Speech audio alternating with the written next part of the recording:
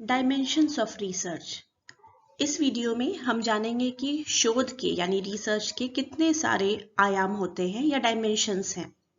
इसमें खासकर हम देखेंगे कि कितने प्रकार के शोध होते हैं और उनमें क्या किया जाता है। सबसे पहले शुरुआत करते हैं बेसिक रिसर्च से। जैसा नाम से ही समझ में आ रहा है, बेसिक यानी मूलभूत किस्म का रिसर्च है ये।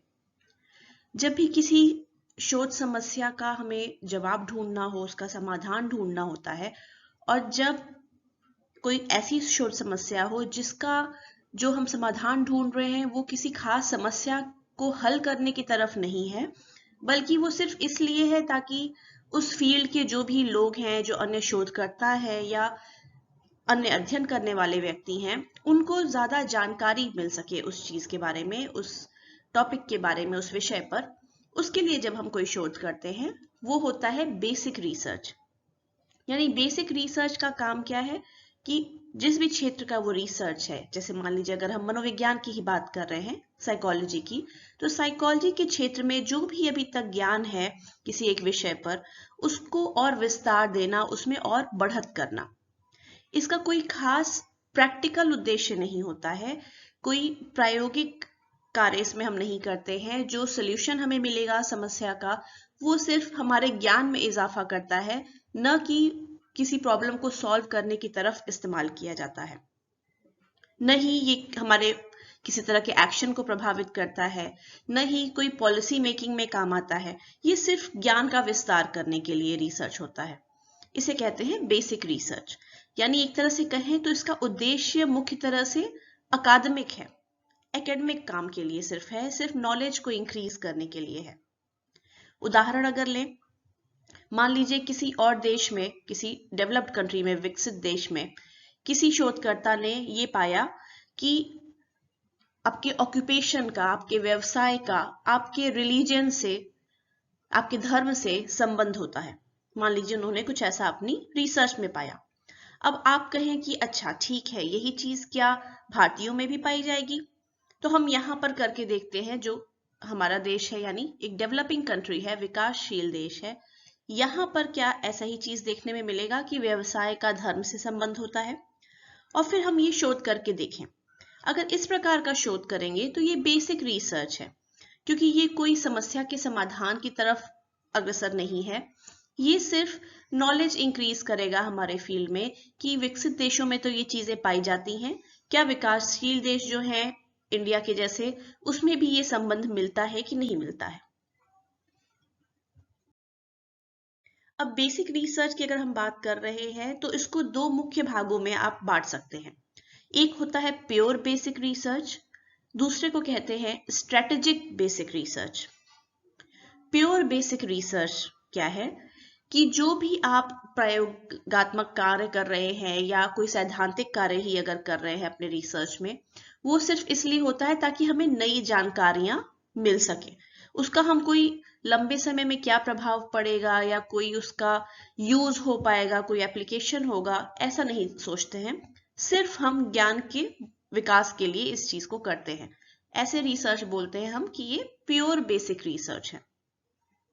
वहीं पर अगर स्ट्रेटेजिक बेसिक रिसर्च की हम बात करें तो ये वैसे प्रयोगात्मक कार्य या वैसे सैद्धांतिक कार्य होते हैं जो हम करते हैं नॉलेज को पाने के लिए, नई नॉलेज जनरेट करने के लिए।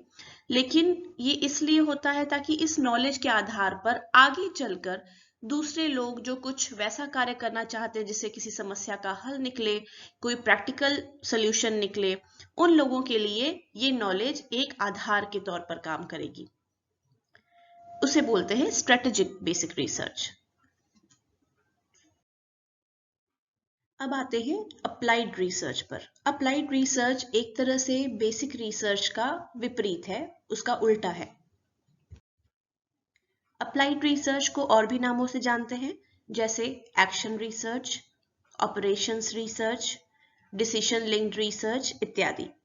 ये वैसा रिसर्च होता है जिसमें हमें समाज में कोई समस्या सामने आई हो और उसका कोई प्रैक्टिकल सॉल्यूशन ढूंढने की कोशिश करनी है, उसका तुरंत कोई समाधान निकालने की जरूरत है। उसके लिए जब हम कोई रिसर्च करते हैं तो वो अप्लाइड रिसर्च होता है। इसका बेहतरीन एग्जाम्पल हो सकता है जो कोविड के समय में इतनी स्पीड से रिसर्च किए गए अलग अलग देशों में ताकि एक वैक्सीन बनाई जा सके। ये प्रैक्टिकल समस्या हमारे सामने एक मौजूद थी और उसका तुरंत कोई हल निकालना जरूरी था। इसके लिए जो रिसर्च किए जाते हैं प्रॉब्लम का सलूशन ढूंढने के लिए, उसका समाधान करने के लिए, वैसे रिसर्च अप्लाइड रिसर्च के अंतर्गत आते हैं। अप्लाइड रिसर्च प्रॉब्लम सॉल्विंग किस्म का होता है, समस्या का समाधान ढूंढने वाला होता है। और ये इसीलिए कंडक्ट किया जाता है कि कुछ प्रमुख मुद्दे, कुछ ज्वलंत समस्याएं हमारे सामने हैं, उसमें एक्शन लेने की जरूरत है। जो हम शोध से जानकारियां हासिल करेंगे उसको अप्लाई करने की जरूरत है, जिसकी वजह से इसका नाम अप्लाइड रिसर्च है या एक्शन रिसर्च भी इसे कहते हैं। एक और एग्जाम्पल इसका हो सकता है, जैसे देखा गया है कि बांग्लादेश में कई सारी महिलाएं सी सेक्शन से बच्चों को जन्म दे रही हैं, यानी ऑपरेशन के माध्यम से जन्म दे रही हैं, नॉर्मल डिलीवरी नहीं हो रही है उनमें, और ये संख्या तेजी से बढ़ती जा रही है। ऐसा अनुमान लगाया जा रहा है कि शायद छोटी हाइट होने की वजह से, आपका कद अगर छोटा है तो छोटी हाइट होना एक रिस्क फैक्टर है कि आपको सी सेक्शन से बच्चे को जन्म देना पड़ेगा। तो ये अगर प्रॉब्लम इस तरह से सामने आ रही है बांग्लादेश में, और यहाँ पर अगर एक अध्ययन करके देखा जाए, एक शोध करके देखा जाए कि क्या ये चीज सही है, क्या सच में छोटी हाइट होने की वजह से संभावनाएं बढ़ जाती हैं कि सी सेक्शन से बच्चे का जन्म होगा, अगर ऐसी चीज पाई जाएगी तो फिर हम इस जानकारी का इस्तेमाल कर सकते हैं। जो महिलाएं गर्भवती हैं और अगर छोटे हाइट की हैं तो शुरुआत से ही कुछ तैयारियां उनके डॉक्टर्स या खुद वो महिलाएं कर सकती हैं और मानसिक रूप से भी तैयार रह सकती हैं कि अंत में सी सेक्शन की संभावना ज्यादा है, सी सेक्शन से ही बच्चा होगा और नॉर्मल डिलीवरी नहीं हो पाएगी। तो ये जो एक ज्वलंत समस्या थी सामने, उसको हल करने का कुछ हद तक एक उपाय या समाधान मिल पाएगा इससे। तो ये भी एक अप्लाइड रिसर्च का उदाहरण हुआ। यहाँ पर बेसिक और अप्लाइड रिसर्च के बीच कंपैरिजन करके दिखाया गया है कि इनमें क्या अंतर है।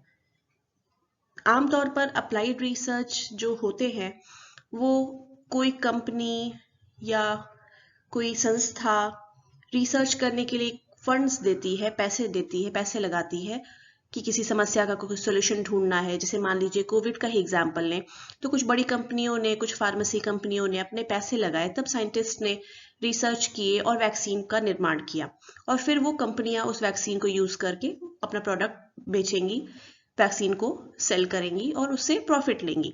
तो आमतौर पर अप्लाइड रिसर्च अक्सर बड़ी फंडिंग डिमांड करता है और वो कोई ना कोई कंपनीज करती हैं, जिसकी वजह से एक चीज ये होती है अप्लाइड रिसर्च में कि उसकी जो फाइंडिंग्स हैं, जो नतीजे आएंगे, जो परिणाम आएंगे, वो एक तरह से किसी व्यवसाय के लिए कह लीजिए, या जो लोग हैं जिन्होंने पैसे दिए हैं उनकी जरूरतों को पूरा करने के लिए भी होती हैं।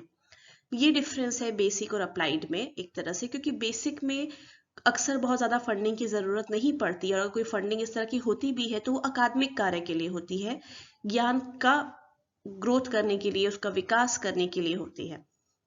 तो पहला डिफरेंस ये है बेसिक रिसर्च और अप्लाइड में कि बेसिक रिसर्च में जो भी शोध की समस्या है या जो प्रयोज्य हम लेते हैं, जिन पर अध्ययन हम करते हैं, उनका चुनाव करने में हमें बहुत ही फ्रीडम होती है, बहुत स्वतंत्रता होती है। हमें क्या टॉपिक पे रिसर्च करना है, किन पर करना है, इसको चुनने का काफी स्वतंत्र तरीका होता है। हमें काफी आजादी होती है तय करने के लिए कि हमें क्या टॉपिक पे अध्ययन करना है और किस पर करना है। वहीं अप्लाइड रिसर्च में क्या होता है कि कुछ बंधन लग जाते हैं, क्योंकि जो हमारा क्लाइंट है या स्पॉन्सर है जो पैसे लगा रहा है, वो क्या चाहता है कि किस टॉपिक पर रिसर्च हो, वो किस चीज के लिए पैसे लगा रहा है, हमें फिर उसी टॉपिक पर रिसर्च करना होता है, या उन्हीं तरह के प्रयोज्यों पर जिनके लिए वो चाह रहा है कि रिसर्च किया जाए, उसके हिसाब से करना होता है, क्योंकि उसने पैसे लगाए हैं तो हमें उसकी बात माननी पड़ती है। तो एक तो बेसिक अंतर ये हो जाता है। दूसरा, बेसिक रिसर्च में जो परिणाम सामने आते हैं उसका आकलन कैसे किया जाता है कि कितने सही तरीके से रिसर्च किया गया है, कितनी कड़ाई से नियमों का पालन करके रिसर्च किया गया है, कितना बौद्धिक उसमें चीजें डाली गई हैं, कितना दिमाग लगाकर चीजें की गई हैं, ये सब चीजें मुद्दा होती हैं। लेकिन अप्लाइड की बात करें तो रिजल्ट जो आया, जो परिणाम आया, उसका कितना यूज होने वाला है, कितना बेहतर उससे परिणाम सामने आएंगे, कितनी कह लीजिए इनकम होगी, या जो भी क्लाइंट है जिसने पैसे लगाए उसे कितना बेनिफिट होने वाला है, कितना फायदा पहुंचेगा, ये मानक बनता है अप्लाइड रिसर्च कितना अच्छा है या नहीं उसके लिए। इसी तरह बेसिक रिसर्च में जो मुख्य कंसर्न होता है वो ये है कि जो रिसर्च डिजाइन आपकी थी, जो आपने शोध किया, जिस तरीके से किया, जो नियम फॉलो किया, उसका लॉजिक कितना सही था, कितना सही तर्क लगाकर, कितना तर्क संगत तरीके से आपने रिसर्च किया हुआ है, कितने स्ट्रिक्टली नियमों का पालन किया हुआ है।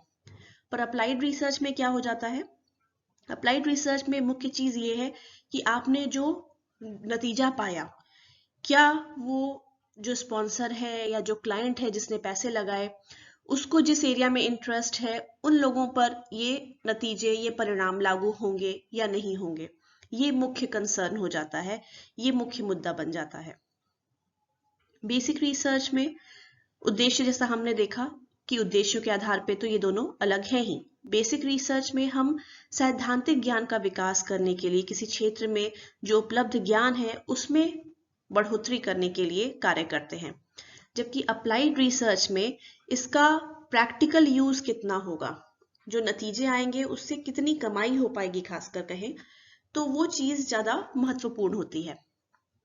बेसिक रिसर्च में अगर आपको मानना है कि आपका रिसर्च सक्सेसफुल हुआ या नहीं हुआ, सफल रहा या नहीं, तो ये इस पर निर्भर करेगा कि आपने जो परिणाम प्राप्त किए वो किसी अच्छी शोध पत्रिका में प्रकाशित हुए या नहीं हुए, उससे जो वैज्ञानिकों का समूह है, जो शोधकर्ता है, अन्य जो बुद्धिजीवी गण हैं, वो लोग प्रभावित हुए कि नहीं हुए। ये बेसिक रिसर्च को तय करने का मानक है कि बेसिक रिसर्च आपका सफल हुआ या नहीं। लेकिन अप्लाइड रिसर्च में सफलता का मानक क्या है? अप्लाइड रिसर्च में जब आपने जो परिणाम पाए उसकी मदद से जो स्पॉन्सर है या क्लाइंट है उसको कोई अगला निर्णय लेने में मदद मिले या उसको कोई फायदा पहुंचे, जो कि अक्सर पैसे रुपए के रूप में होता है, वैसे रिसर्च को हम फिर कहते हैं कि हाँ, ये एक सक्सेसफुल रिसर्च रहा, ये एक सफल रिसर्च रहा। वैसे रिसर्च का जो मानक होता है वो अप्लाइड रिसर्च में लागू होता है, न कि बेसिक रिसर्च में।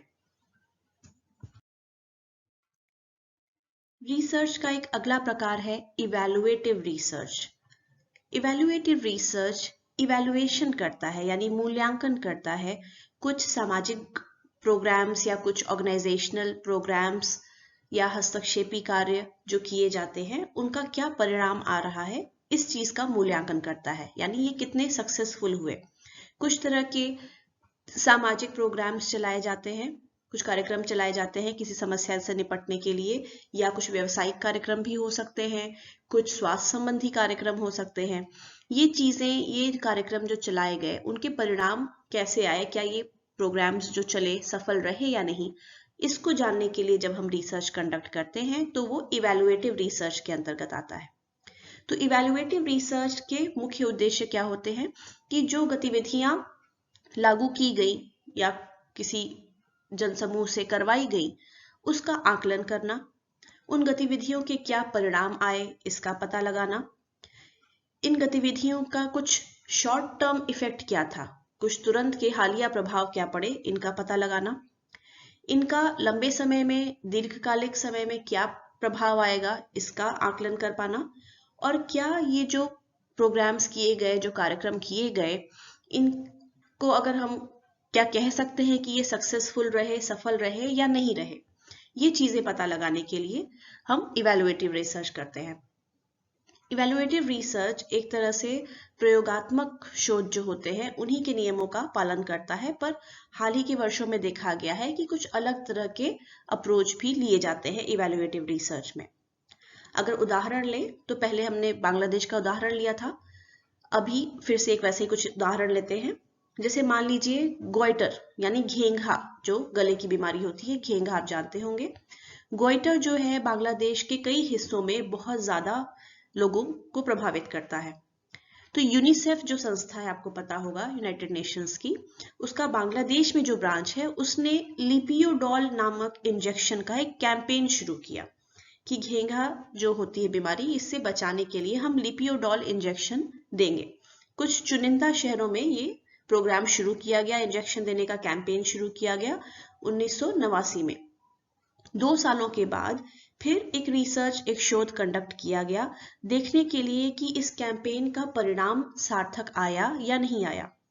इसमें क्या किया गया कि जिन शहरों में लोगों को ये इंजेक्शंस दिए गए थे, उन लोगों में क्या प्रभाव आ रहा है, गोइटर है या नहीं है या किस स्तर का है, ये चीज देखी गई और इसकी तुलना की गई उन शहरों के लोगों से जहां पर ये इंजेक्शन नहीं दिया गया था, ये पता लगाने के लिए कि ये कैंपेन सफल रहा या नहीं। तो इस तरह का रिसर्च जो होगा उसे इवैल्यूएटिव रिसर्च कहते हैं। शोध का एक अगला प्रकार है हिस्टोरिकल रिसर्च या ऐतिहासिक शोध।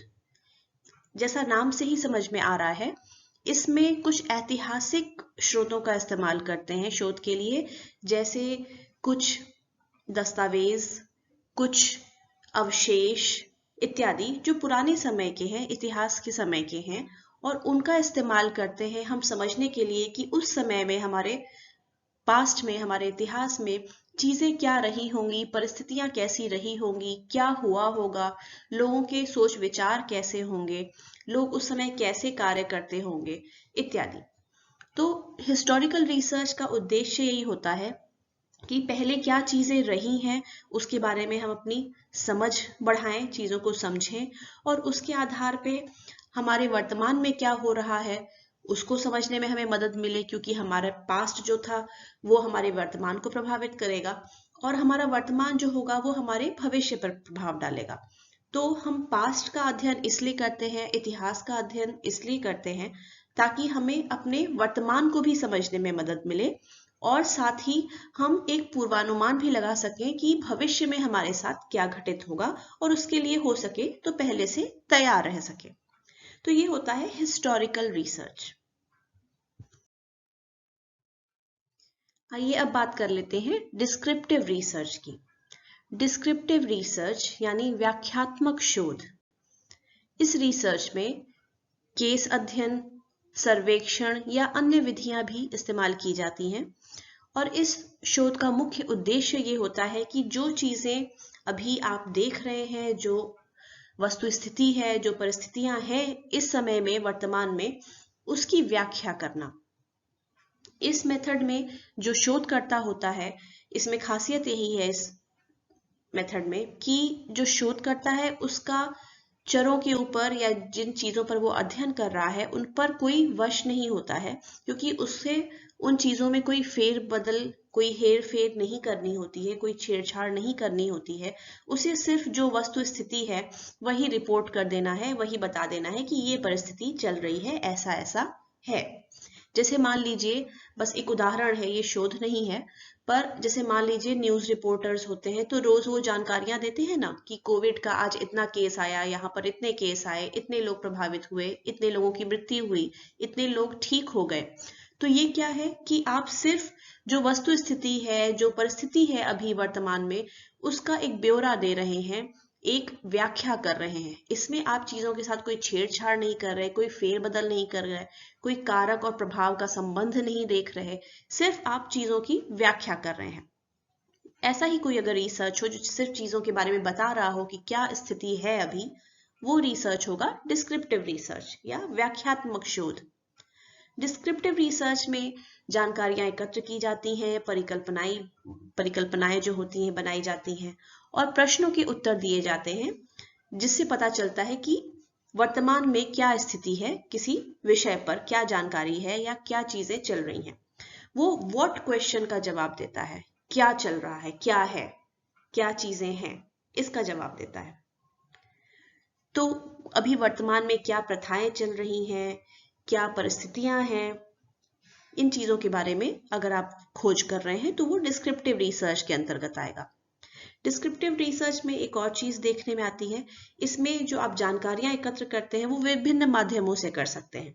चाहे तो आप सीधे लोगों से प्रश्न पूछ सकते हैं जो निश्चित परिस्थिति में है जिसका आप अध्ययन कर रहे हैं, चाहे आप साक्षात्कार कर सकते हैं उन लोगों का, प्रश्नावली के माध्यम से जानकारी ले सकते हैं, या ऑब्जर्वेशन मेथड अवलोकन के माध्यम से भी जानकारी हासिल कर सकते हैं। इसका अच्छा उदाहरण हो सकता है जो मार्केट रिसर्च होते हैं, जैसे लोगों को क्या चीजें पसंद है, नापसंद है, उन्हें क्या उत्पाद की आवश्यकता है, इसके बारे में जब आप रिसर्च करते हैं तो ये उदाहरण होता है एक डिस्क्रिप्टिव रिसर्च का। अगले प्रकार का शोध जो हमें देखना है वो है कोरिलेशनल रिसर्च, जिसे सहसंबंधी शोध या सहसंबंधात्मक शोध कह सकते हैं। तो आपने देखा अभी तक कि डिस्क्रिप्टिव रिसर्च और हिस्टोरिकल रिसर्च, ये दोनों एक तस्वीर प्रस्तुत करते हैं कि क्या परिस्थिति है। डिस्क्रिप्टिव रिसर्च वर्तमान परिस्थितियों के बारे में बताता है, हिस्टोरिकल रिसर्च ऐतिहासिक चीजों के बारे में बताता है कि पहले क्या रहा है, हमारे भूतकाल में क्या चीजें रही हैं।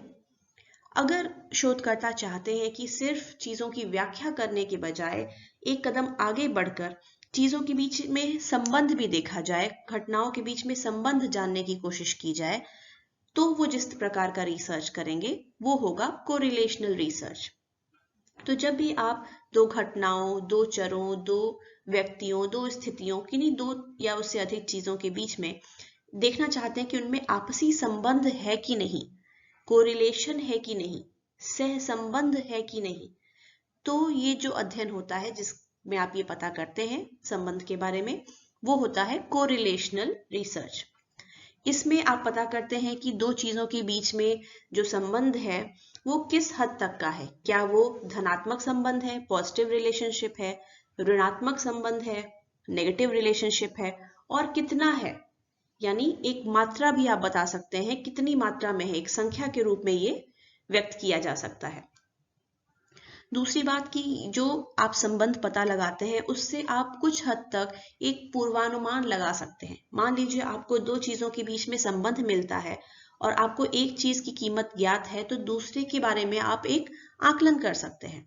जैसे उदाहरण लेते हैं, मान लीजिए अगर आपने पाया या आपको पता है पहले के अध्ययनों से कि जो जितना ज्यादा फल सब्जियां खाएगा उसकी सेहत उतनी ज्यादा अच्छी होगी। तो अगर आप किसी को देखते हैं कि व्यक्ति फल सब्जियों से बिल्कुल किनारा करके रखता है, उसे बिल्कुल भी फल सब्जियां पसंद नहीं है, तो आप एक तरह से कह सकते हैं कि इस व्यक्ति की सेहत अच्छी नहीं होगी या आगे चल के खराब हो जाएगी। तो एक तरह से आप पूर्वानुमान लगा सकते हैं।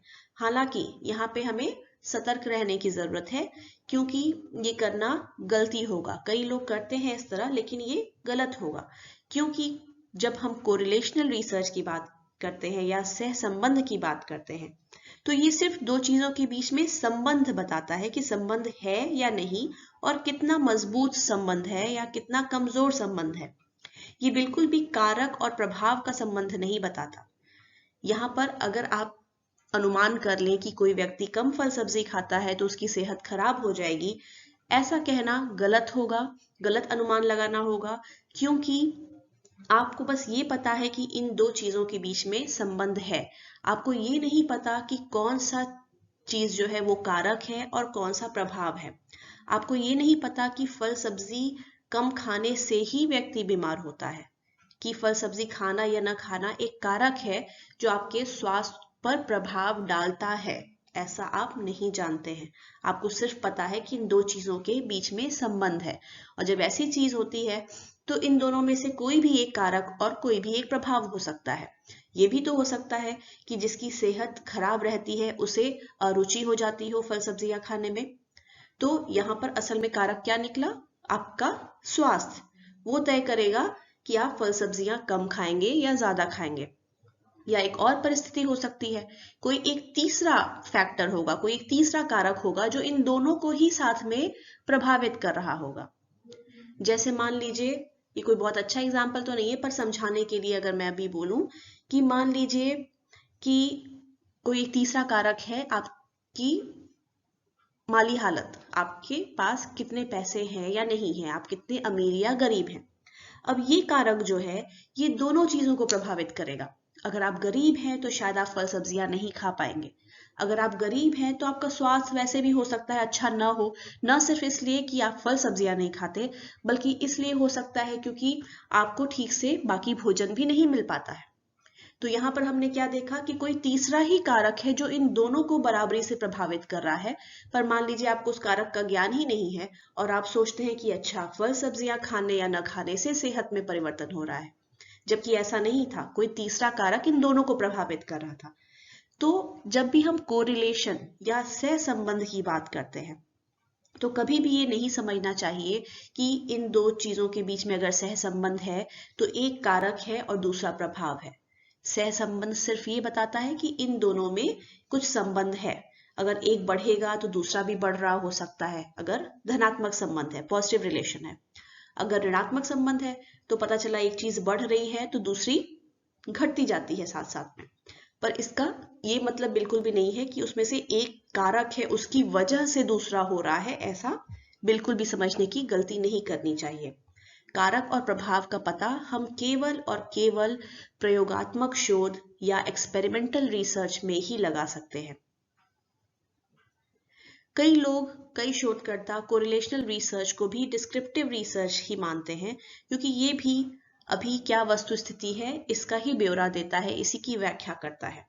पर अंतर थोड़ा सा ये होता है कि कोरिलेशनल रिसर्च जो है वो एक मात्रा के रूप में, एक संख्या के रूप में चीजों की व्याख्या करता है, न कि सिर्फ शाब्दिक रूप में कि क्या स्थितियां हैं। इसलिए कोरिलेशनल रिसर्च डिस्क्रिप्टिव रिसर्च से मिलता जुलता है पर सेम नहीं है, दोनों में अंतर है। कोरिलेशनल रिसर्च सिर्फ व्याख्या नहीं करता शाब्दिक तौर पर, बल्कि ये संख्या के रूप में बताता है कि दो चीजों के बीच में क्या सहसंबंध है या नहीं है और कितना है।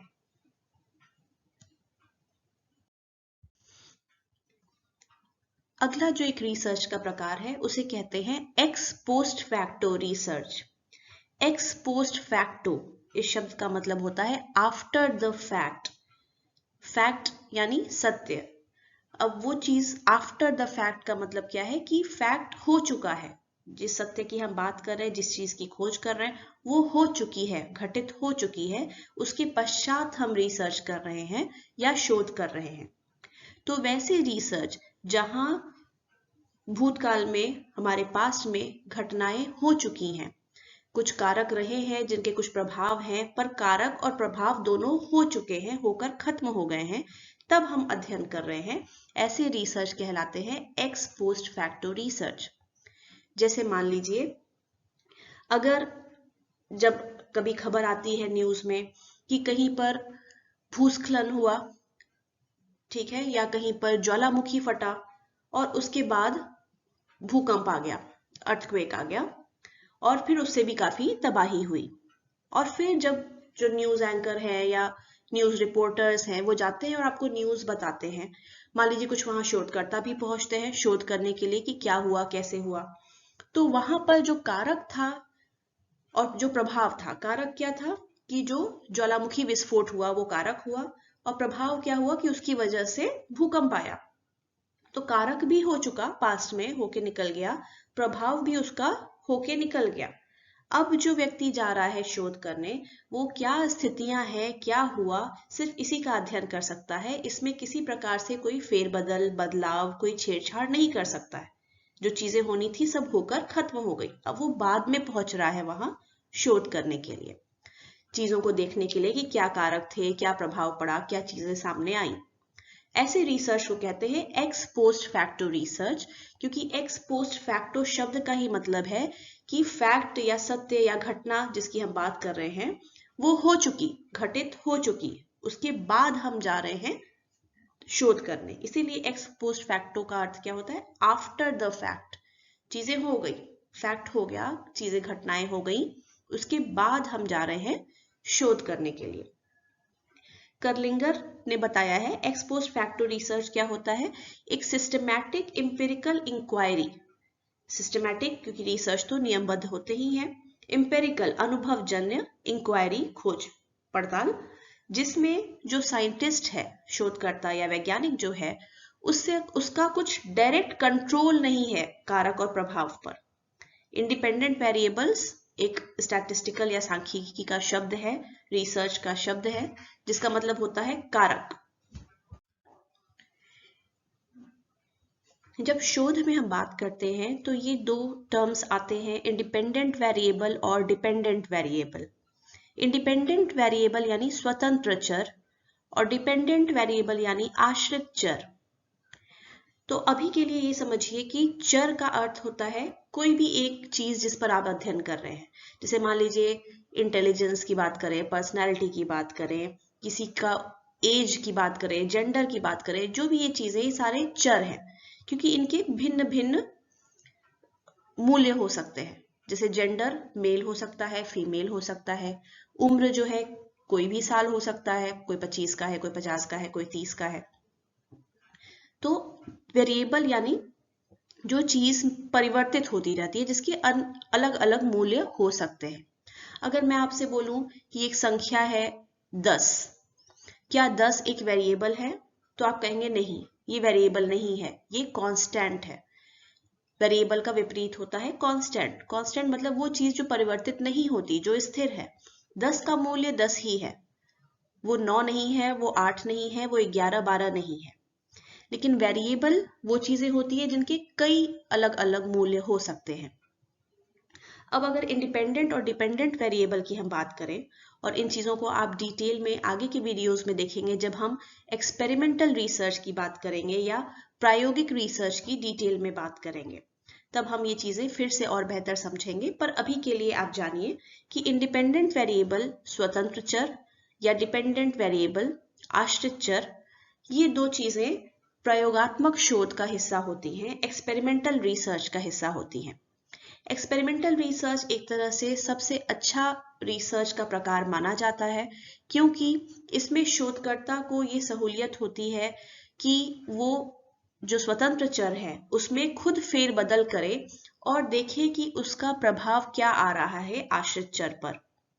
तो इंडिपेंडेंट वेरिएबल यानी वैसा चर जिसमें परिवर्तन किया जा सके या जिसका प्रभाव हम देखते हैं डिपेंडेंट वेरिएबल या आश्रित चर पर।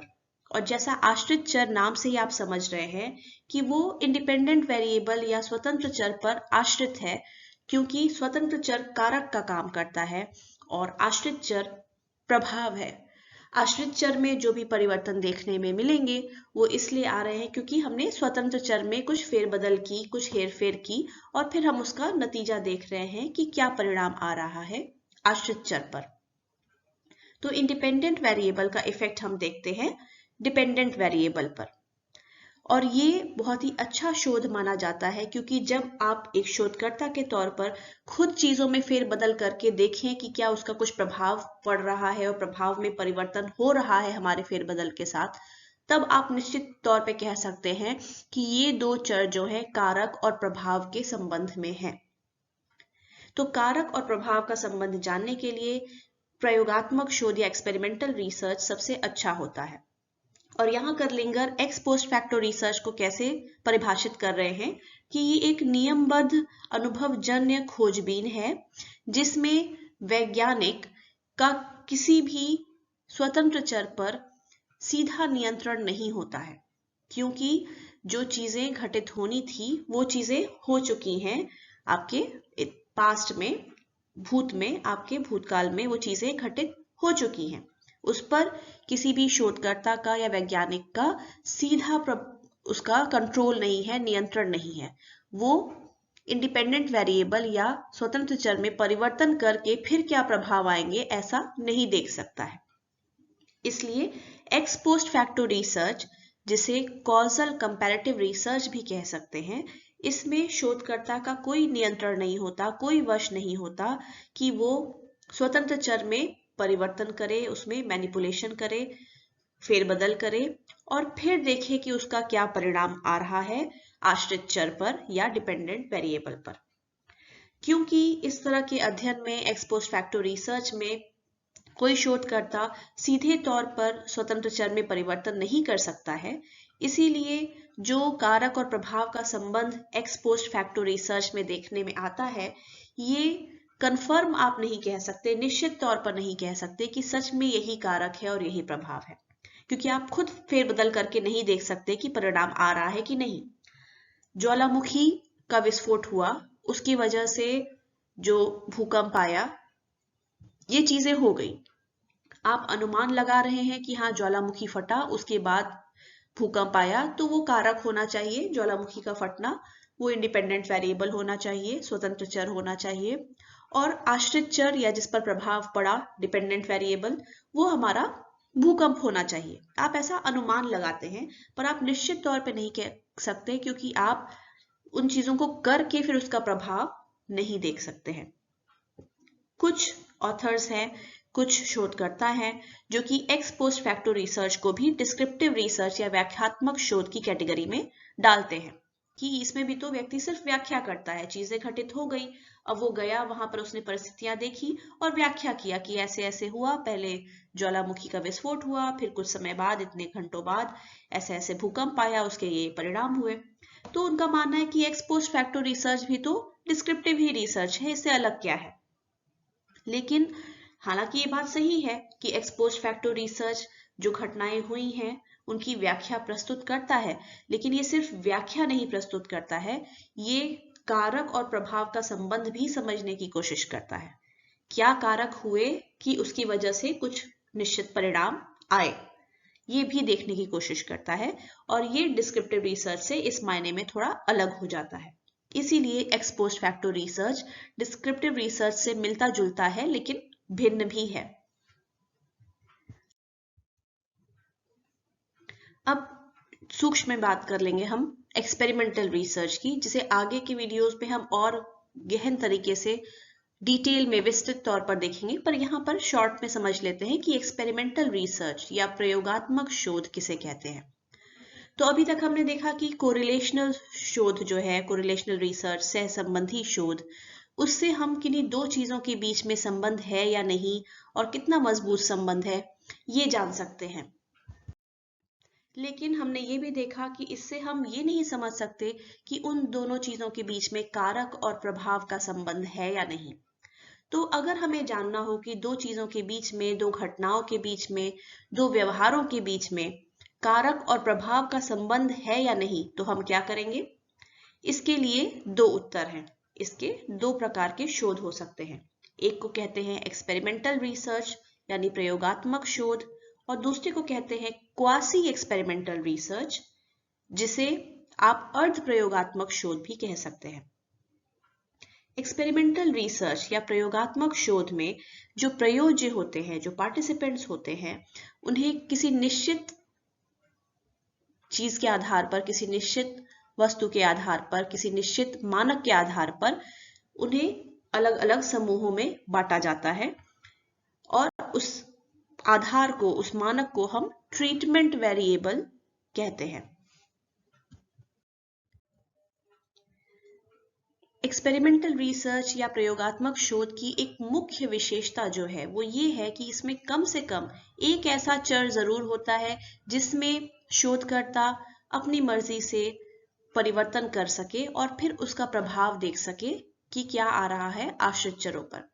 और साथ ही एक और मुख्य विशेषता जो एक्सपेरिमेंटल रिसर्च की होती है वो ये होती है कि जिस चीज को, जिस चर को वो परिवर्तित करके उसका प्रभाव आश्रित चर पे देख रहा है, इनके अलावा जो भी और चर उस संबंध को प्रभावित कर सकते हैं उन पर नियंत्रण रखा जाता है, उनको किसी प्रकार से नियंत्रित किया जाता है। अब नियंत्रित करने के कई सारे अन्य तरीके हैं, लेकिन उसके डिटेल में हम यहाँ नहीं जाएंगे, और जब एक्सपेरिमेंटल रिसर्च की हम डिटेल में अलग वीडियो में बात करेंगे तो हम इन चीजों को समझेंगे कि कैसे दूसरे अन्य वेरिएबल्स या चरों पर नियंत्रण रखा जाता है, ताकि हमें ठीक तरह से पता चल सके कि जिस चर में हम परिवर्तन कर रहे हैं सिर्फ उसी का प्रभाव हमारे आश्रित चर पे पड़ रहा है, न कि किन्हीं और कारकों का भी प्रभाव पड़ रहा है, जिससे हमें ठीक प्रकार से, सटीक ढंग से पता चल सके कि कारक क्या है और प्रभाव क्या है। तो ये मुख्य विशेषताएं हैं एक्सपेरिमेंटल रिसर्च की। उसमें कम से कम एक चर ऐसा होना चाहिए जिसमें फेरबदल या परिवर्तन किया जा सके और उसका असर फिर आश्रित चर पे देखा जा सके। और दूसरी मुख्य बात कि अन्य कारकों जो कि इस संबंध को प्रभावित कर सकते हैं उनको नियंत्रण में रखा जाता है। तो यहाँ पे जिस चर की हम बात कर रहे हैं कि कम से कम एक चर होना चाहिए जिसमें हम मैनिपुलेशन या परिवर्तन करते हैं, इसका नाम होता है, इसे कहा जाता है इंडिपेंडेंट वेरिएबल या स्वतंत्र चर। इसके और भी नाम होते हैं, इसे ट्रीटमेंट कहा जाता है, इसे एक्सपेरिमेंटल वेरिएबल कहा जाता है, या एकदम सामान्य रूप में कारक या कॉज भी कहा जाता है। इसके कुछ उदाहरण मान लीजिए, जैसे तापमान हो गया, दाब हो गया। अब ये सिर्फ ऐसे शब्द बोलने से हम नहीं कह सकते, हालांकि यहाँ पे उदाहरण मैंने दिया है, लेकिन ये चीजें स्वतंत्र चर है या आश्रित चर है, ये निर्भर करता है कि आप क्या देखना चाह रहे हैं, क्या अध्ययन करना चाह रहे हैं। अगर आप बढ़ते घटते तापमान का प्रभाव किसी चीज पर देखना चाह रहे हैं, तो इस परिस्थिति में तापमान जो हुआ वो स्वतंत्र चर हो गया। लेकिन मान लीजिए आप किसी और चीज का प्रभाव तापमान पर देख रहे हैं कि तापमान में ये चीज करने से कमी होती है या ज्यादा होता है। जैसे मान लीजिए एसी को अगर हमने बढ़ा दिया तो तापमान कैसा महसूस हो रहा है, कम हो रहा है या ज्यादा हो रहा है। इस केस में क्या होगा, तापमान हमारा आश्रित चर हो गया, क्योंकि हमारा स्वतंत्र चर हो गया एसी में कितने पर हम टेम्परेचर सेट कर रहे हैं, और उसका प्रभाव फिर हम देख रहे हैं कि तापमान पर क्या पड़ रहा है, उसकी वजह से तापमान बढ़ रहा है या घट रहा है। तो इस केस में तापमान क्या हो गया, हमारा आश्रित चर हो गया। तो कोई भी चर स्वतंत्र चर या आश्रित चर हो सकता है, निर्भर करता है कि अगर हम उसमें परिवर्तन कर रहे हैं तो वो स्वतंत्र चर होगा, और फिर परिवर्तन का परिणाम किस पर आ रहा है, उसका प्रभाव किस चीज पर पड़ रहा है, अगर उसकी हम बात करें तो वो आश्रित चर हो जाता है जिस पर हम प्रभाव देख रहे हैं। एक्सपेरिमेंटल रिसर्च में हमेशा कम से कम 2 समूह होते ही हैं, 2 या उससे अधिक, 2 से कम नहीं। एक समूह से एक्सपेरिमेंटल रिसर्च नहीं हो सकता, क्योंकि इसमें हम तुलनात्मक अध्ययन करते हैं, तुलना करके देखते हैं। जैसे आप 2 समूह लेंगे लोगों का, और मान लीजिए आपको एक उदाहरण लेते हैं, मान लीजिए आप देखना चाह रहे हैं कि क्या भरपूर फल सब्जियां खाने से स्वास्थ्य बेहतर होता है या नहीं। तो आप यहाँ पर देखना चाह रहे हैं सच में कि कारक और प्रभाव का संबंध है या नहीं, फल सब्जियां ज्यादा खाने से सेहत में सुधार होता है या नहीं। तो इसमें आप क्या करेंगे, आप 2 लोगों का समूह लेंगे, और ये 2 लोगों का समूह हर मायने में लगभग बराबर या समान होना चाहिए। जैसे मान लीजिए एक समूह में अगर 5 लड़के 5 लड़कियां हैं, तो दूसरे में भी वैसा ही होना चाहिए। ऐसा हम क्यों कर रहे हैं, ताकि हम जो कारक और प्रभाव का संबंध देख रहे हैं वो किसी और अंतर की वजह से प्रभावित ना हो। ऐसा ना हो कि एक समूह लड़कों का हो, एक समूह लड़कियों का हो, और आप दोनों को फल सब्जियां खिलाएं और फिर प्रभाव देखें, और एक समूह में दिखे कि हाँ इनकी सेहत में सुधार हुआ, दूसरे में दिखे कि नहीं हुआ। तो आप यहाँ ये नहीं कह पाएंगे कि हाँ फल सब्जियां जो ज्यादा खाएगा उसकी सेहत अच्छी हो रही है और जो कम खा रहा है उसकी नहीं हो रही है, क्योंकि यहाँ पर एक और अंतर हो गया 2 समूहों के बीच में, वो हो गया जेंडर का। एक पुरुष थे, एक महिलाएं थी, क्या पता कि उनके जेंडर की वजह से अलग अलग प्रभाव आते हो, क्या पता फल सब्जियां खाने से पुरुषों में सेहत ज्यादा अच्छी होती हो, महिलाओं में कम, या महिलाओं में ज्यादा अच्छी होती हो, पुरुषों में कम। इसीलिए हम जो 2 समूह लेते हैं एक प्रयोगात्मक अध्ययन में, वो हमेशा कोशिश की जानी चाहिए कि जितना हो सके हर मायने में वो समान हो, वो समान परिवेश से आते हो। ऐसा ना हो कि एक बहुत ही हाई क्लास पीपल हो, दूसरे जो हो बहुत ही गरीब तबके से आते हो, इसका भी प्रभाव पड़ सकता है। ऐसा ना हो कि एक बहुत ज्यादा पढ़े लिखे हो और एक बिल्कुल ही अनपढ़ किस्म के हो या कम पढ़े लिखे हो, इसका भी प्रभाव आ सकता है। और ऐसी अनगिनत चीजें हैं जो चीजों को प्रभावित कर सकती हैं। तो हमें पहले 2 समूह लेने होते हैं और कोशिश करनी होती है कि वो जितने मायनों में बिल्कुल समान हो सके उस तरह से समानता बनाई जाए। उसके बाद हम क्या करते हैं, एक समूह में जो हमारा स्वतंत्र चर है उसके आधार पर हम एक समूह में कुछ परिवर्तन करेंगे, दूसरे में कुछ। जैसे मान लीजिए हमने 2 बराबर समूह ले लिए, अब एक को हम कहेंगे कि आप खूब फल सब्जियां खाइए 1 हफ्ते तक, और दूसरे को हम कहेंगे कि नहीं आप सामान्य जो खाते हैं वही खाइए, कोई अलग से फल सब्जियां आपको नहीं लेनी है। और फिर 1 हफ्ते बाद हम उनके स्वास्थ्य का चेकअप करेंगे। जो फल सब्जियां ज्यादा खाता है, अगर उनमें हमें दिखा कि हाँ उनमें स्वास्थ्य बेहतर है दूसरे समूह की तुलना में, तो हम कह सकते हैं कि फल सब्जियां ज्यादा खाने से स्वास्थ्य में बढ़त होती है। अगर मान लीजिए दोनों में कोई अंतर नहीं मिलता है, तो हम ये कहेंगे कि नहीं फल सब्जियां ज्यादा खाने से कोई अंतर नहीं होता है, क्योंकि हमने एक समूह को ज्यादा फल सब्जियां खिलाई, दूसरे को नहीं खिलाया, लेकिन रिजल्ट तो समान आया दोनों में ही। तो इसलिए हमें कम से कम 2 समूह जरूर चाहिए होते हैं एक प्रयोगात्मक अध्ययन में, ताकि हम तुलना करके देख सकें। तो ये तो बात हुई एक्सपेरिमेंटल रिसर्च की या प्रयोगात्मक शोध की। अब अगर हम क्वासी एक्सपेरिमेंटल रिसर्च की बात करें, अर्ध प्रयोगात्मक शोध की बात करें, तो ये क्या होता है? क्वासी एक्सपेरिमेंटल रिसर्च या अर्ध प्रयोगात्मक शोध जैसा ही है, पर जैसा आप नाम से समझ पा रहे हैं कि अर्ध प्रयोगात्मक ये है, अधूरे रूप में प्रयोगात्मक शोध है, पूरी तरह से नहीं है। तो क्या अंतर है?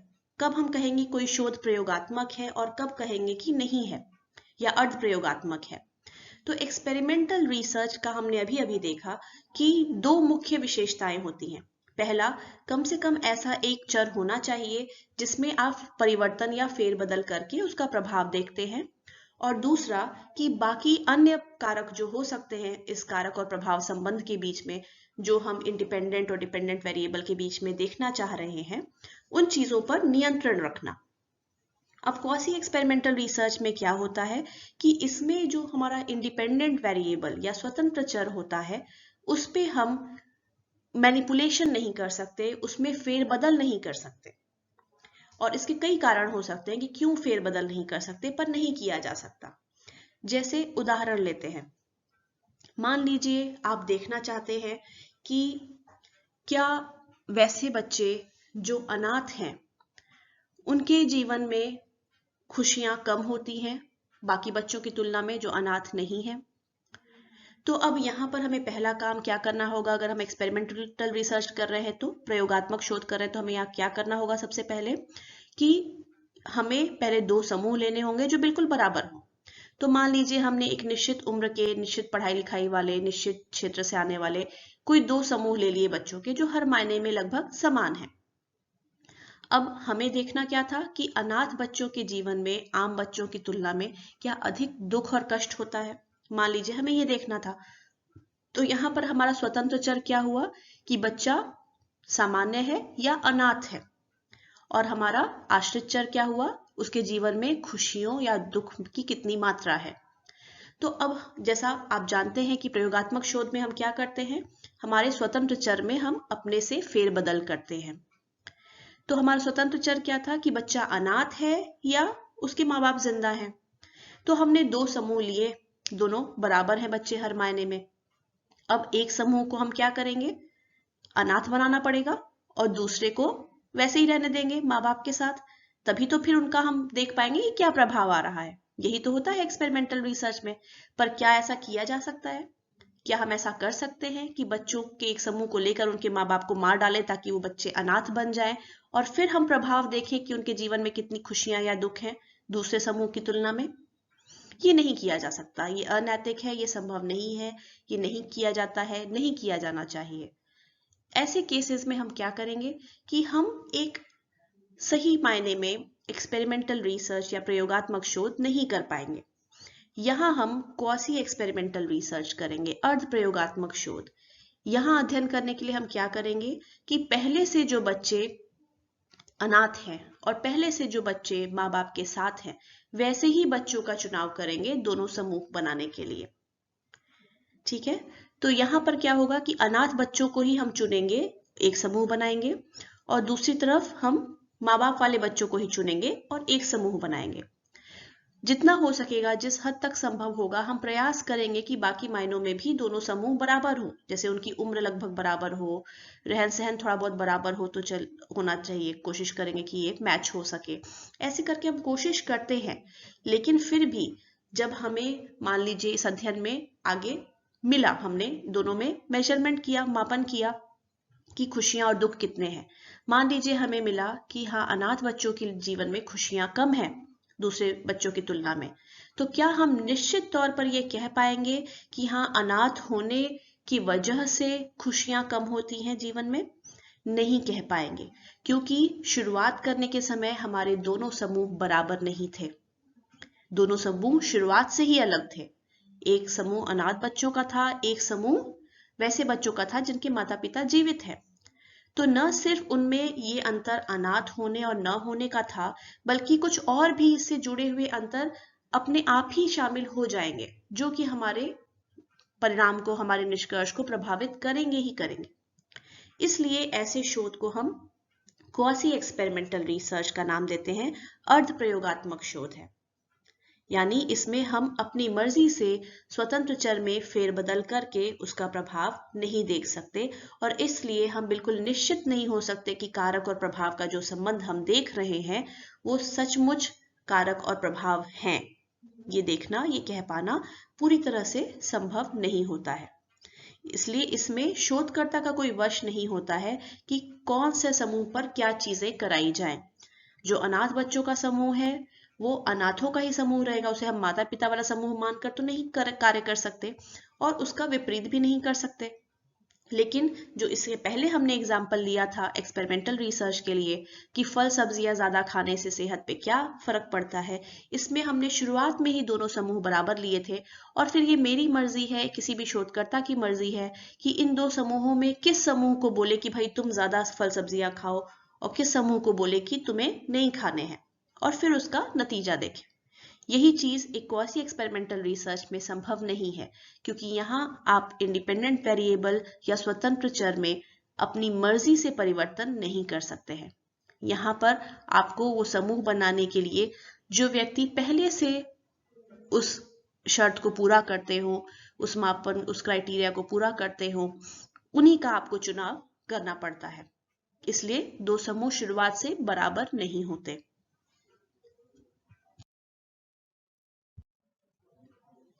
अब कुछ और प्रकार के शोधों की बात कर लेते हैं, लेकिन ध्यान देने की बात यह है कि ये शोध के जो प्रकार हैं, ऐसा नहीं है कि ये अलग तरह के प्रकार हैं और बाकी शोध जो हमने देखे उनसे भिन्न हैं, बल्कि बाकी सभी शोध इन तीनों ही शोधों में से, जो कि एनालिटिकल रिसर्च, क्वांटिटेटिव रिसर्च और क्वालिटेटिव रिसर्च यहाँ पर बताया गया है, इन तीनों में ही किसी न किसी समूह में डाले जा सकते हैं। और ऐसा क्यों है, तो अभी आप समझेंगे कि ये रिसर्च क्या होते हैं और आप अपने आप समझ जाएंगे कि क्यों ऐसा है कि पहले के जो भी शोध हमने देखे वो इन तीनों में से ही किसी न किसी कैटेगरी में अपने आप फिट हो सकते हैं। एनालिटिकल रिसर्च, एनालिटिकल रिसर्च में जैसा नाम से ही पता चल रहा है एनालिसिस की जाती है। यहाँ पर कुछ तथ्य, कुछ जानकारियां पहले से मौजूद होती हैं एक शोधकर्ता के सामने, और उसे उनके बेसिस पर, उनके आधार पर कुछ आकलन करने होते हैं और किसी निष्कर्ष पे पहुंचना होता है। अगला प्रकार का रिसर्च जो अगले दो आप देख रहे हैं, क्वांटिटेटिव रिसर्च और क्वालिटेटिव रिसर्च, ये शोध को आमतौर पे बांटने का दो मुख्य कैटेगरी में अगर आप शोध को बांटें तो एक ये भी आधार बनता है कि आप उनको क्वांटिटेटिव रिसर्च में बांट सकते हैं या क्वालिटेटिव रिसर्च में बांट सकते हैं। क्वांटिटेटिव रिसर्च यानी मात्रात्मक शोध, क्वालिटेटिव रिसर्च यानी गुणात्मक शोध। तो नाम से ही पता चल रहा है इन दोनों का अंतर। क्वांटिटेटिव रिसर्च मात्रात्मक शोध, ये मात्रा के रूप में चीजों का मापन करता है या परिणामों को बताता है, जबकि गुणात्मक शोध गुणों का अध्ययन करता है। जैसे अगर आपको समझना हो बेहतर तरीके से तो आप सोच सकते हैं, क्वांटिटेटिव रिसर्च का एक उदाहरण हो सकता है कि अगर मान लीजिए मैं देखना चाहूं कि पुरुषों और महिलाओं में किसकी मैथ्स की क्षमता अच्छी होती है, किसकी भूगोल की क्षमता या ज्ञान ज्यादा है, तो इसमें मुझे क्या करना होगा, दोनों समूहों को, पुरुषों और महिलाओं को, मैं कोई टेस्ट दूंगी मैथ्स का या ज्योग्राफी का, और उनका जो स्कोर आया वो मैं देख लूंगी। अब इन दो समूहों के जो स्कोर्स आए, जो अंक में इनके स्कोर आए, उनकी अगर हम तुलना कर लेंगे तो हमें पता चल जाएगा कि गणित का या भूगोल का ज्ञान पुरुषों का ज्यादा है या महिलाओं का ज्यादा है। तो यहाँ पर जो हमने अध्ययन किया, जो जानकारी एकत्र की, वो अंकों के रूप में थी, और हमारे निष्कर्ष जो आएंगे, परिणाम जो आएंगे, वो भी अंकों के रूप में आएंगे, क्योंकि हम कुछ तुलना करेंगे, कुछ इसमें गणितीय विधियां लगाएंगे, कुछ सांख्यिकी की विधियां लगाएंगे, कुछ इसका औसत निकालेंगे, कुछ इसका माध्य निकालेंगे, कुछ और चीजें जोड़ घटाव करेंगे, और कोई संख्या के रूप में हमारा परिणाम आएगा। तो ये शोध जो होगा ये क्वांटिटेटिव रिसर्च या मात्रात्मक शोध कहा जा सकता है, क्योंकि मात्रा हम बताते हैं, संख्या के रूप में किसी प्रकार की मात्रा व्यक्त करते हैं। वहीं अगर क्वालिटेटिव रिसर्च की बात करें तो ये गुणात्मक शोध है, गुणों का अध्ययन हम इसमें करते हैं। जैसे मान लीजिए अगर मैं बोलूं कि किसी व्यक्ति में किसी चीज को लेकर कितनी रुचि है, कितनी भावना है, किसी के अंदर कितना मोटिवेशन है किसी चीज को लेके, तो ये वैसी चीजें हैं जो आप संख्या के रूप में नहीं बता सकते। किसी में कितना मोटिवेशन है, क्या आप ये लंबाई में बता सकते हैं कि 4 किलोमीटर का मोटिवेशन है? किसी में किसी चीज को लेकर कितनी रुचि है, क्या आप ये किसी मात्रा में व्यक्त कर सकते हैं कि हाँ 10 किलो रुचि है? नहीं। तो ये शोध जो होते हैं जिनमें इन चीजों का अध्ययन करते हैं, ये गुणात्मक शोध हो जाते हैं। और गुणात्मक शोध में अंकों के माध्यम में हम चीज व्यक्त नहीं करते, यहाँ पर मात्रा के रूप में चीजों को नहीं दर्शाते, बल्कि शाब्दिक रूप में या तस्वीरों के रूप में चीजें दर्शाई जाती हैं। और इसीलिए जब इसमें हम जानकारियां एकत्र करते हैं तो वो अंकों के माध्यम से नहीं व्यक्त की जाती, वो शब्दों के माध्यम से या तस्वीरों के माध्यम से व्यक्त की जाती हैं। जैसे अगर आपको जानना है किसी में किसी चीज को लेकर कितनी रुचि है, कितना मोटिवेशन या अभिप्रेरणा है, तो आप उसका साक्षात्कार कर सकते हैं। अब जब आप साक्षात्कार करते हैं किसी व्यक्ति का, तो जाहिर है वो शब्दों के रूप में अपने को व्यक्त करेगा कि मुझे इन चीजों में रुचि है, मुझे ये करना पसंद है, मैं दिन में इतने घंटे इस चीज को करने के लिए देती हूँ, इस तरह से व्यक्त करेगा। तो ये जानकारियां जो आपकी आएंगी साक्षात्कार के माध्यम से, वो शाब्दिक रूप में होंगी। और इसलिए ये रिसर्च जो होगा इसे हम कहेंगे ये क्वालिटेटिव रिसर्च है, गुणात्मक शोध है। तो अब आप समझ ही गए होंगे कि पहले के जो भी अलग अलग प्रकार हमने रिसर्च के देखे, वो इन अलग अलग ग्रुप्स में बांटे जा सकते हैं। अगर डिस्क्रिप्टिव रिसर्च की हम बात कर रहे हैं, तो डिस्क्रिप्टिव रिसर्च अगर हम संख्या के रूप में कोई चीज व्यक्त कर रहे हैं, व्याख्या कर रहे हैं, तो वो क्वांटिटेटिव रिसर्च का एक स्वरूप हो गया। अगर गुण के रूप में व्यक्त कर रहे हैं, संख्या के रूप में नहीं, शब्दों के रूप में व्यक्त कर रहे हैं, तो वो क्वालिटेटिव रिसर्च का भाग हो सकता है। कोरिलेशनल रिसर्च की अगर हम बात करें, जहां सहसंबंध हम देखते हैं और वो किसी मात्रा के रूप में व्यक्त करते हैं, जाहिर है वो मात्रात्मक शोध या क्वांटिटेटिव रिसर्च का एक रूप होगा। तो आशा है कि आपको ये चीजें क्लियर हो पाई होंगी।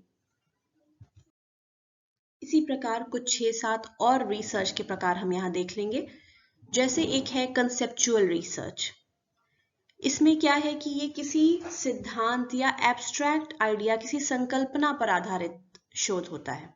ये अक्सर जो फिलॉसफी के क्षेत्र में शोध करते हैं, अध्ययन करते हैं, या जो विचारक लोग होते हैं, वो कोई नया कॉन्सेप्ट देते हैं, कोई नई संकल्पना देते हैं, या किसी पहले से स्थित मौजूद संकल्पना को समझने के लिए, उसकी व्याख्या करने के लिए इस्तेमाल करते हैं। ऐसे रिसर्च होते हैं कंसेप्चुअल रिसर्च। इसी तरह रिसर्च का एक प्रकार है लॉन्गिट्यूडिनल रिसर्च।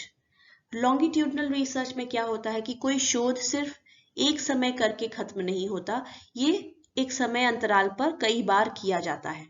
जैसे मान लीजिए अगर आपको अध्ययन करना हो कि बढ़ती उम्र के साथ किसी बच्चे में शारीरिक विकास किस प्रकार से होता है, तो ऐसे में आप क्या करेंगे, बच्चों का एक समूह लेंगे, एक निश्चित उम्र के बच्चे लेंगे, मान लीजिए 2 साल के बच्चों को आपने लिया। अब 1 साल बाद फिर से आप देखेंगे कि उनमें क्या क्या शारीरिक विकास हुए, फिर 1 साल बाद देखेंगे क्या क्या शारीरिक विकास हुए। तो एक एक साल का अंतर करते करते आप कई सालों तक उनका अध्ययन कर सकते हैं। या हो सकता है हर एक साल पर नहीं, कुछ कुछ सालों के अंतराल पर आप करके देखें। जैसे मान लीजिए आपको देखना हो कि बढ़ते समय के साथ, बीतते समय के साथ, उम्र के बढ़ने के साथ किसी की बुद्धिमत्ता में कैसे विकास होता है।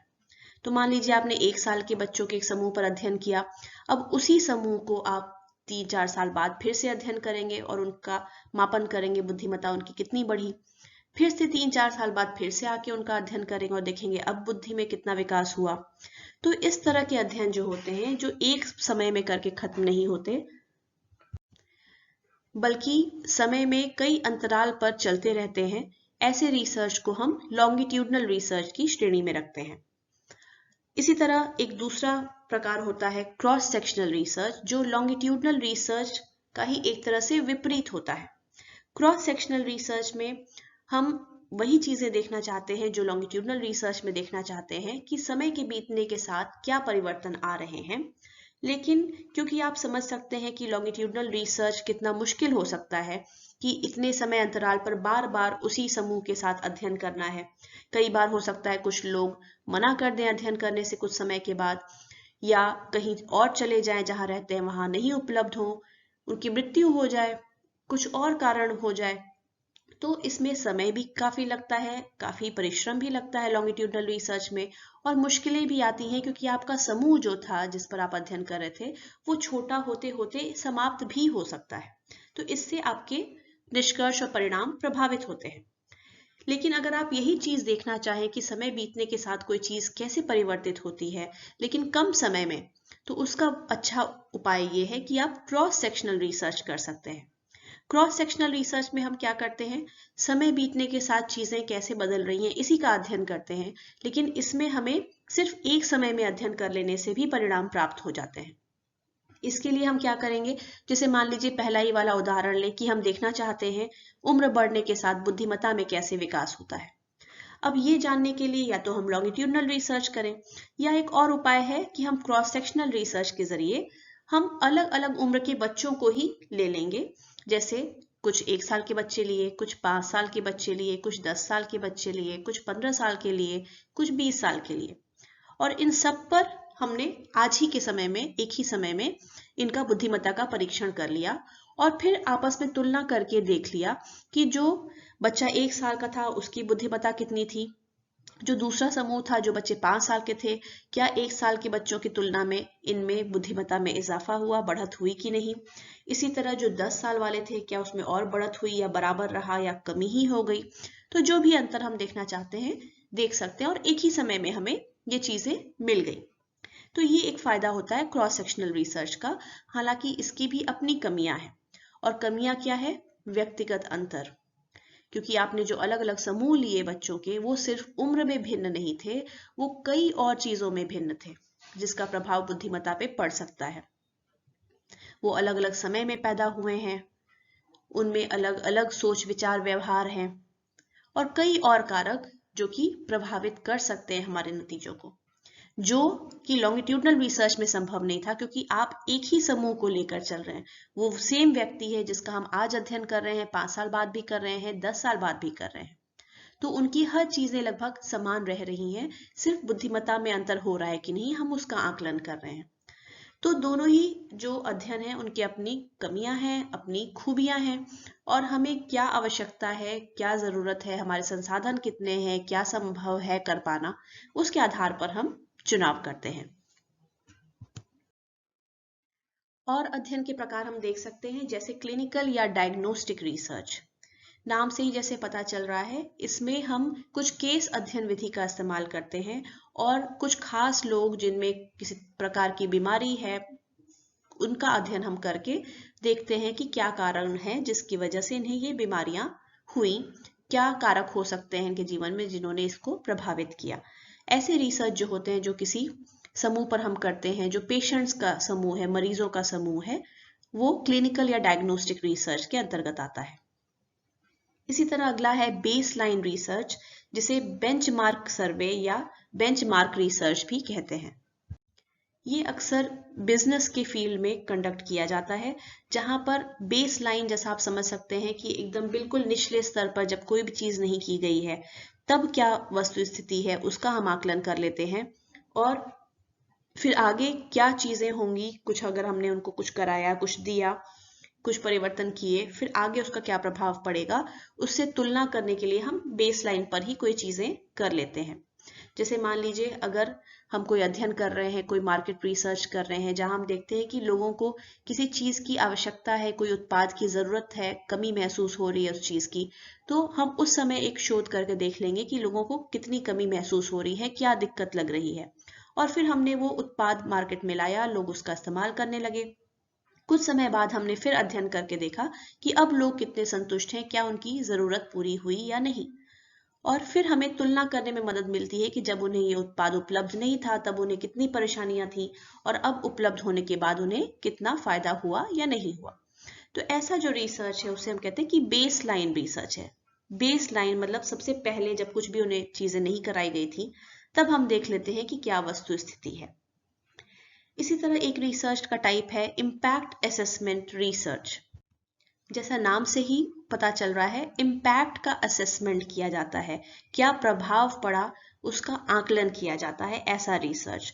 तो जब भी हम किसी नए तरह का कुछ व्यवहार, एक्टिविटी या कोई प्रोग्राम चला रहे हैं, कोई नई तरह की चीजें लोगों को करा रहे हैं, और फिर उसका अगर हम प्रभाव देखने की चेष्टा करें कि ये चीजें कराने से क्या कुछ बेहतरी हुई कि नहीं, क्या कुछ बेनिफिट मिला कि नहीं, तो इस तरह का रिसर्च जो होगा वो इम्पैक्ट असेसमेंट रिसर्च के अंतर्गत आता है।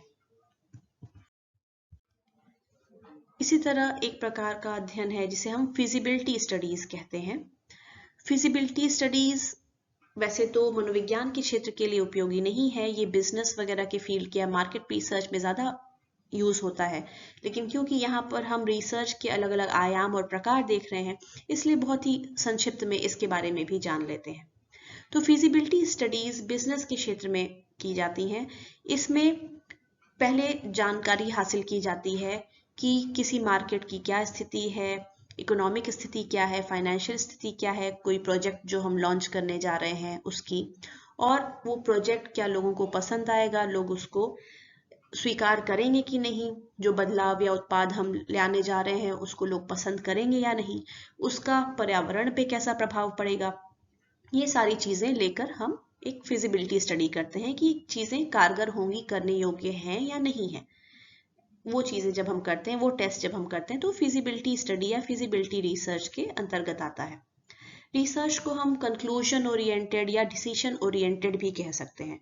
इसमें जो शोध करता है वो कोई भी मुद्दा, कोई भी टॉपिक चुनने के लिए स्वतंत्र होता है कि किस पर वो शोध करना चाहता है, और वो शोध किस प्रकार से करेगा, क्या तरीके इस्तेमाल करेगा और क्या संकल्पनाएं लेके चलेगा, ये तय करने के लिए शोधकर्ता पूरी तरह से स्वतंत्र होता है।